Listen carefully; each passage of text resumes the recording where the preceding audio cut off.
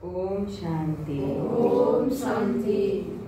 आज बाबा के 27 तारीख की मनाते हैं। अब एक मुरली है और रिवाइज है 7/3/1990 में बाबा ने सुनाई थी।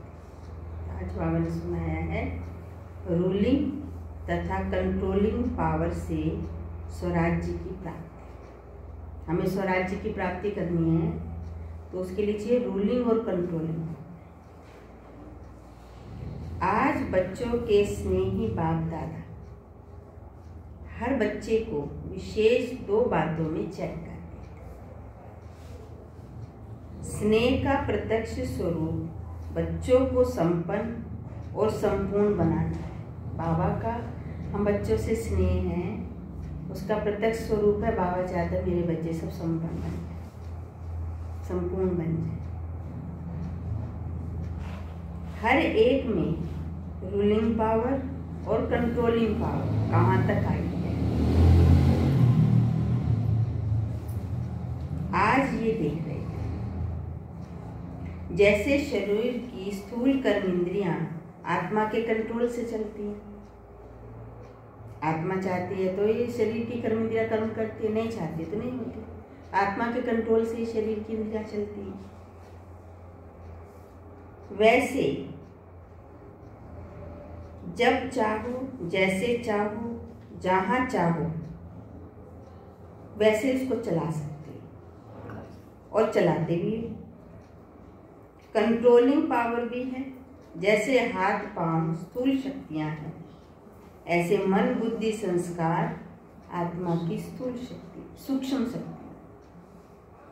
सूक्ष्म शक्तियों के ऊपर कंट्रोल करने की पावर अर्थात मन बुद्धि को, संस्कारों को जब चाहें, जहाँ चाहें, जैसे चाहें, जितना समय चाहें, ऐसे कंट्रोलिंग पावर, रूलिंग पावर आई है।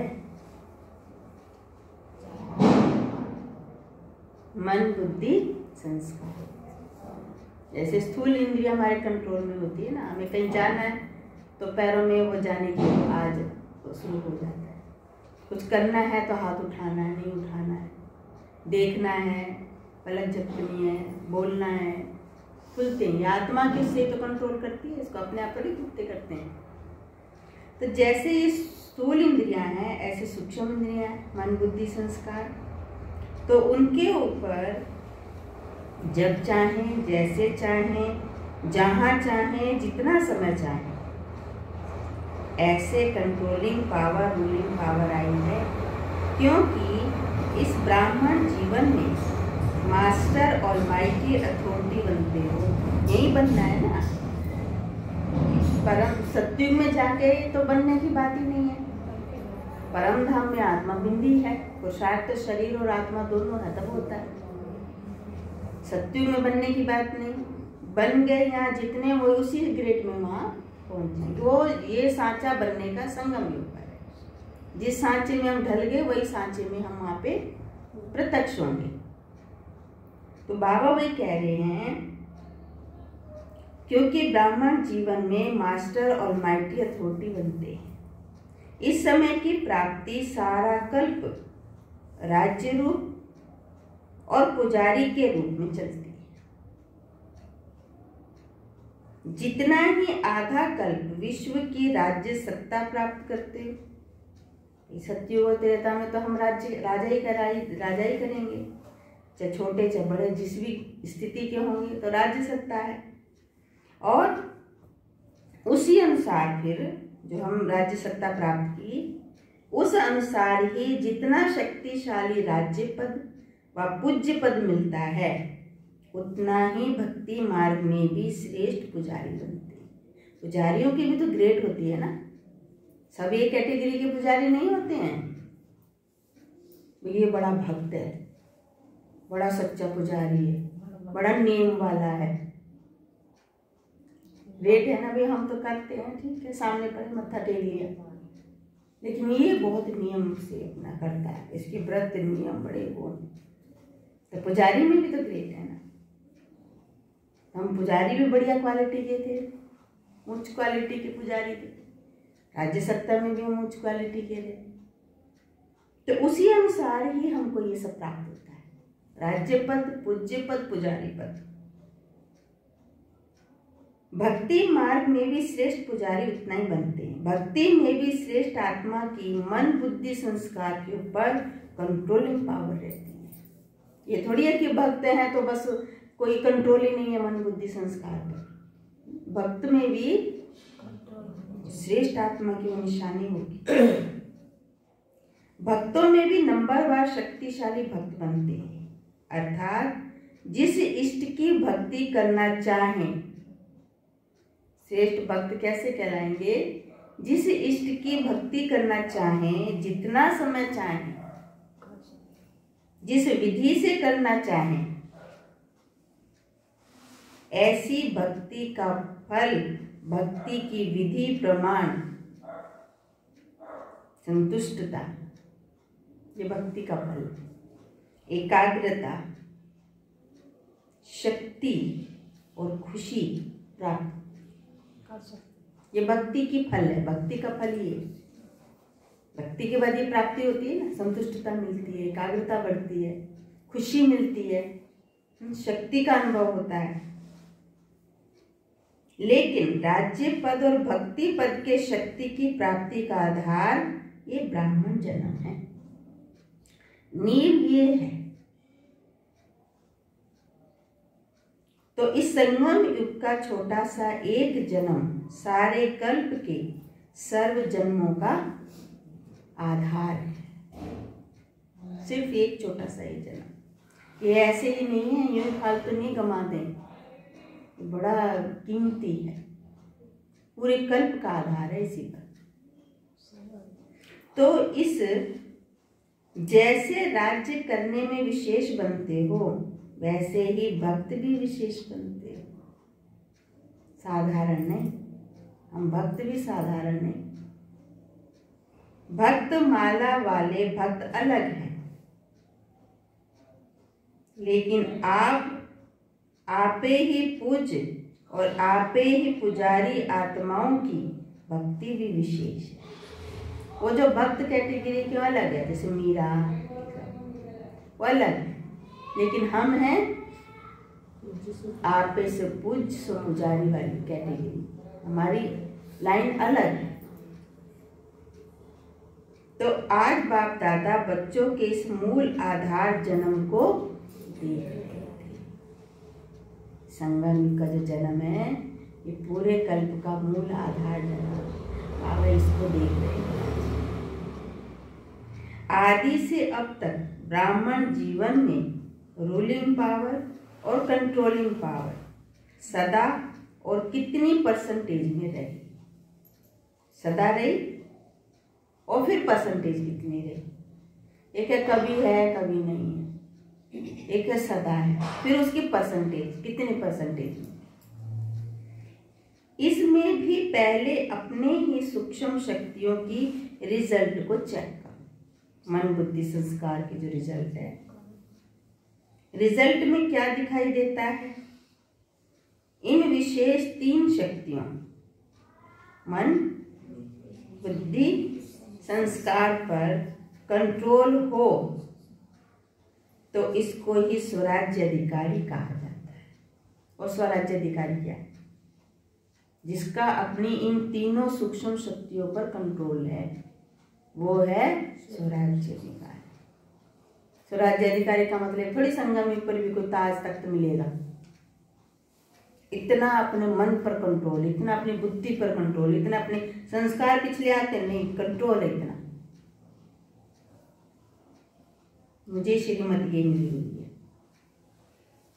उसको कहते हैं स्वराज्य अधिकारी। तो इस सूक्ष्म शक्तियां ही, ये सूक्ष्म शक्तियां ही स्थूल कर्म इंद्रियों को संयम और नियम में चला सकती है।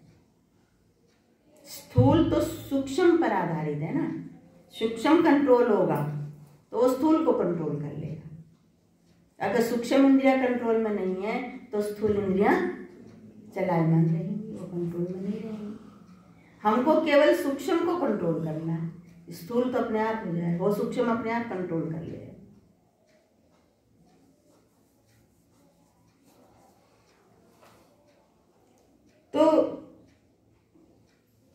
क्या करना है।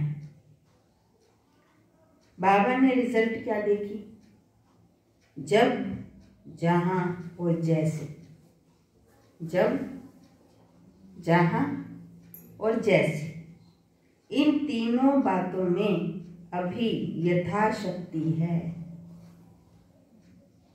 पूरा नहीं है, यथाशक्ति, सर्वशक्ति नहीं है, लेकिन यथाशक्ति। सब नंबर वन है, मतलब फुल अभी नहीं कहेंगे। जिसको डबल विदेशी अपनी भाषा में समथिंग अक्षर यूज करते, समथिंग समथिंग ऐसे कहेंगे, लगभग समथिंग इंग्लिश में बोलते हैं। तो इसको ऑलमाइटी अथॉरिटी कहेंगे।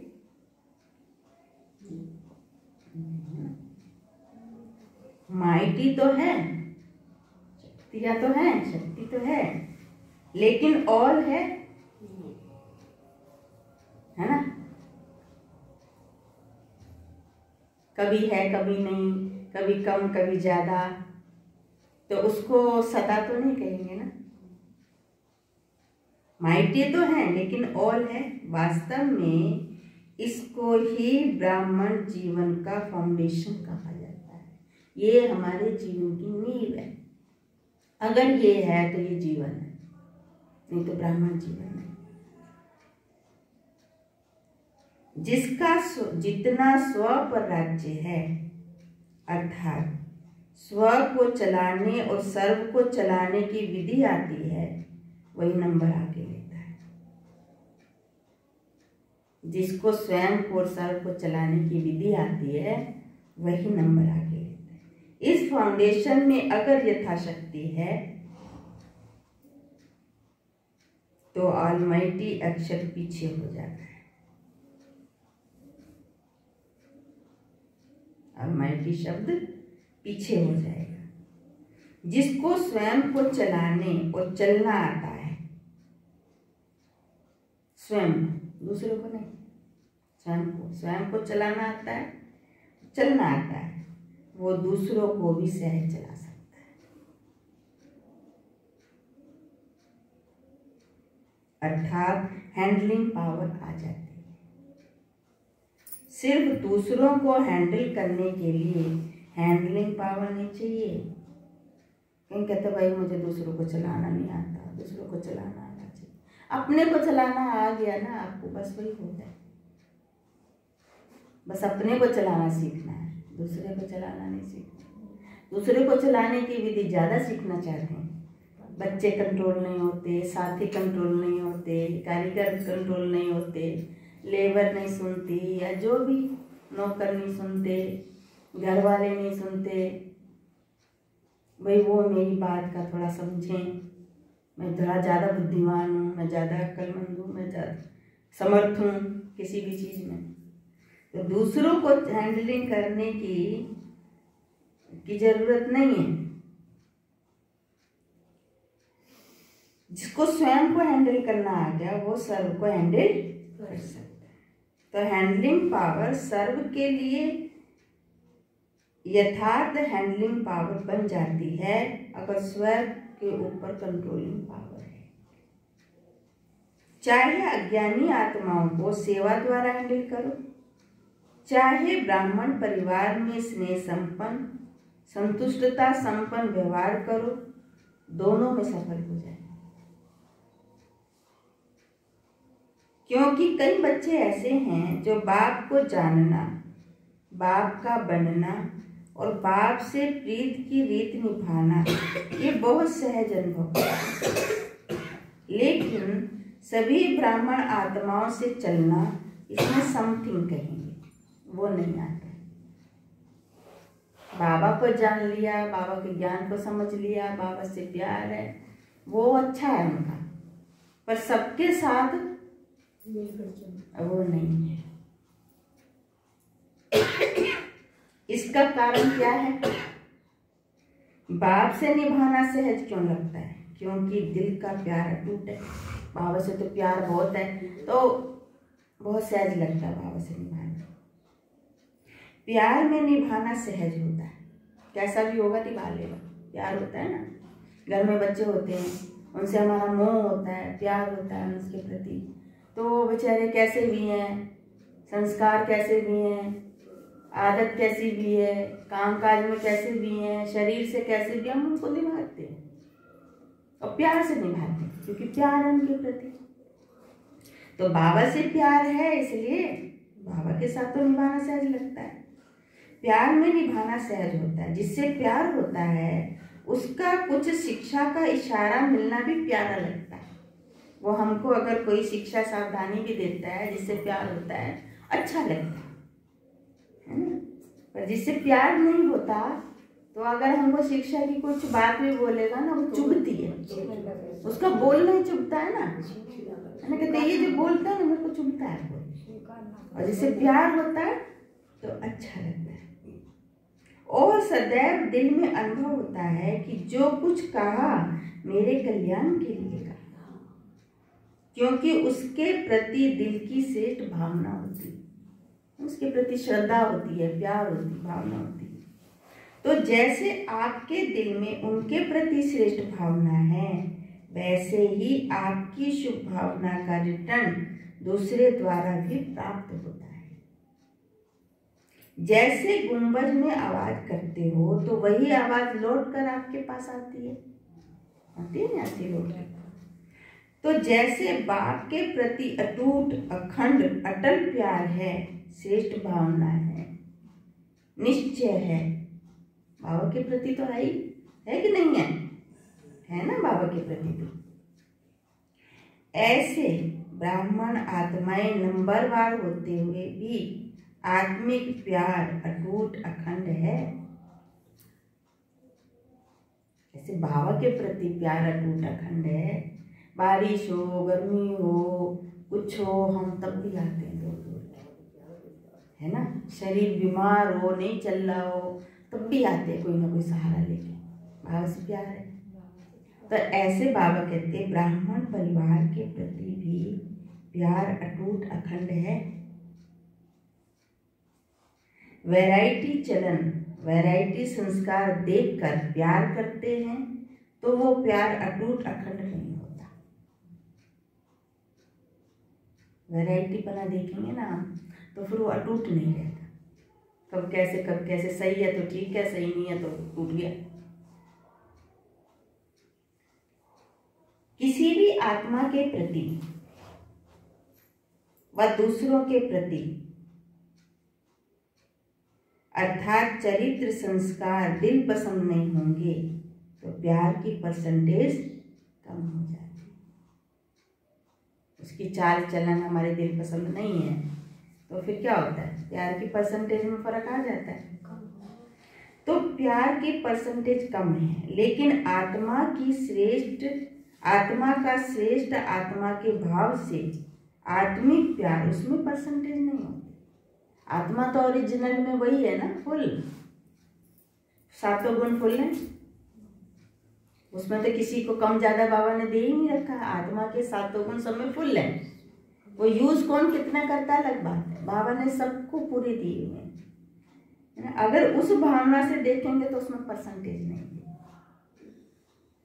कैसा भी संस्कार हो, चलन हो, लेकिन ब्राह्मण आत्माओं का सारे कल्प में अटूट संबंध है, ये पक्की बात है। हम जो भी ब्राह्मण आत्माएं हैं, हम सब पूरे कल्प में हम अटूट संबंध में रहे, हम सबका अटूट संबंध है। ईश्वरीय परिवार है। बाप ने हर आत्मा को विशेष चुनकर ईश्वरीय परिवार में लाया है, अपने आप नहीं आए हैं। ये पक्की बात है, कोई भी अपने आप नहीं आया है। आप सोचो हम आए हैं यहाँ पर, आप नहीं आए हो, वो लाया है आपको, है ना, बाप ने लाया है। वो विधि, वो कारण और परिस्थिति ऐसी ड्रामा के अंदर बनाई हुई है उसकी, उसको हमें उसी विधि से आना है। ये ड्रामा की स्क्रिप्ट में है, आप खुद नहीं आए चल के। कहते हैं ना बाद में, वो कहते हैं ये आप खुद नहीं आए हमारे पास चल के, हमने बुलाया।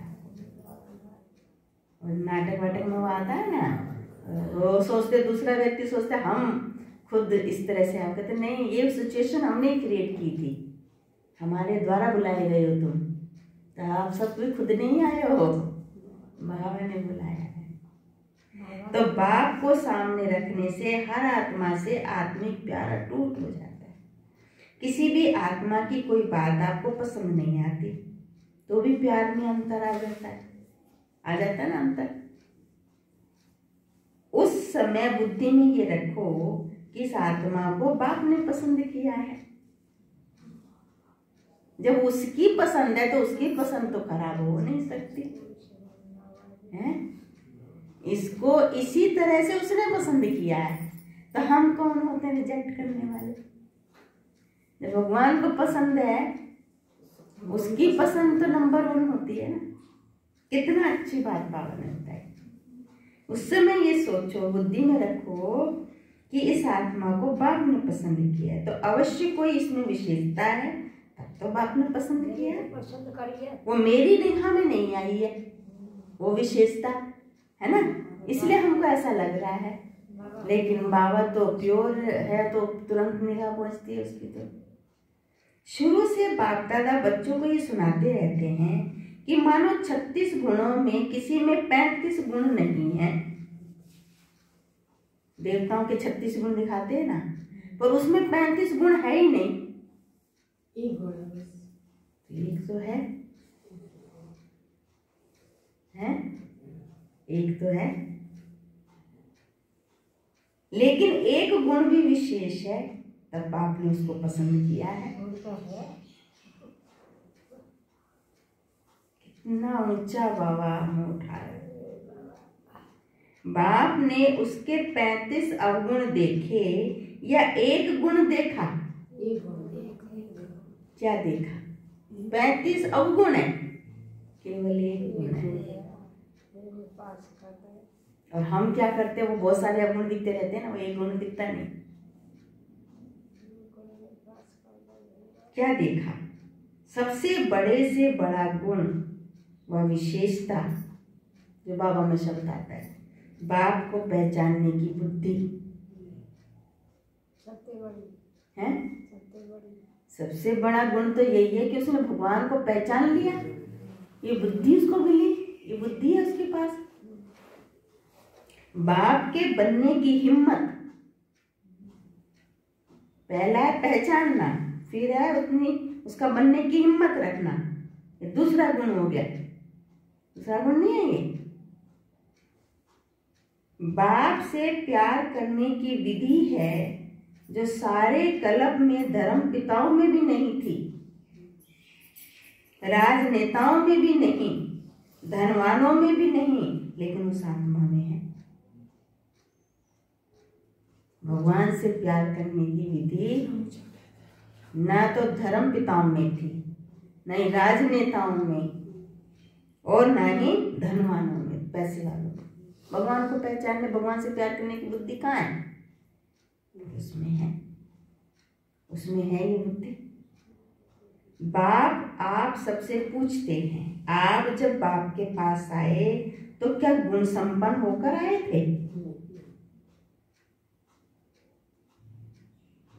बाप ने आपकी कमजोरियों को देखा क्या? नहीं ना। हिम्मत बढ़ाई ना कि आप ही मेरे थे, हैं और सदा रहेंगे। बाबा ने यही कहा है, बच्चे तुम ही मेरे थे, तुम ही मेरे हो, तुम ही रहोगे। तो फॉलो फादर करो ना, हैं? बाप जैसा बनो ना। जब विशेष आत्मा समझ किसको भी देखेंगे, समन संपर्क में आएंगे, तो बाप को सामने रखने से आत्मा में स्वतः ही आत्मिक प्यार इमर्ज हो जाता है। जब बाबा को सामने रखते हैं ना, तो आत्मिक प्यार ऑटोमेटिक इमर्ज हो जाता है। आपके स्नेह से सर्व के स्नेही बन जाएंगे, और आत्मिक स्नेह से सदा सभी द्वारा सद्भावना, सहयोग की भावना स्वतः ही आपके प्रति दुआओं के रूप में प्राप्त होगी। इसको कहते हैं रूहानी यथार्थ श्रेष्ठ हैंडलिंग, सबकी आपको सहयोग देने की भावना ऑटोमेटिक पैदा होगी आपके स्नेह संपन्न स्वरूप से। बाप दादा आज मुस्कुरा रहे थे। बच्चों में 3 शब्दों के कारण कंट्रोलिंग पावर, रूलिंग पावर कम हो जाती है। वो 3 शब्द कौन से? 3 शब्द हैं। पहला वाई, क्यों, दूसरा वाट, क्या, और तीसरा वांट, चाहिए, ये चाहिए, वो चाहिए। ये 3 शब्द खत्म कर एक शब्द बोलो। वाई आए तो एक शब्द बोलो, वाह। व्हाट आए तो एक शब्द बोल, तो भी बोलो वाह। वाह शब्द तो बोलना आता है कि नहीं आता? वाह बाबा, वाह मैं, और वाह ड्रामा। सिर्फ वाह बोलो तो ये 3 शब्द खत्म हो जाएंगे। क्यों, क्या और चाहिए, ये सब चीजें खत्म हो जाए। उस दिन भी सुनाया ना कि बाप दादा ने कौन सा खेल देखा?